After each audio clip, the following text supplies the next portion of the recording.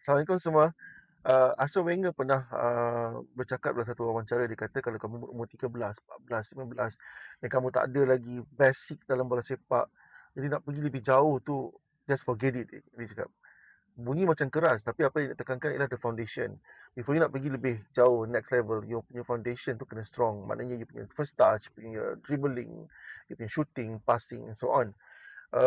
Tapi saya nak share satu kisah. Saya pernah jumpa player yang berumur 14 tahun datang jumpa nak main bola.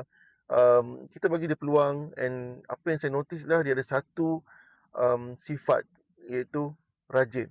Dia sangat rajin turun training.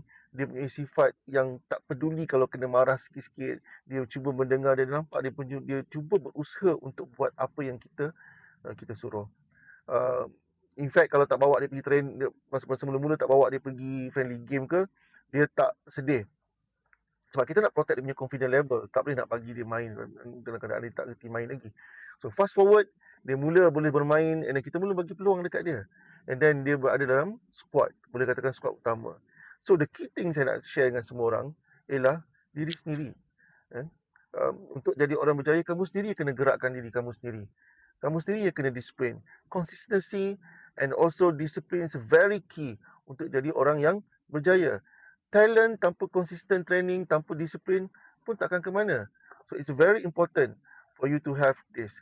So nak jadi orang berjaya, you kena ada semangat you sendiri, because at the end, nothing is impossible. Tak ada benda pun yang mustahil dalam dunia ni. Melainkan sifat kamu sendiri. Kalau kamu jadi orang yang malas dan tak boleh nak buat apa-apa. So player, nak 1000 daya, tak nak 1000 dalih. Assalamualaikum.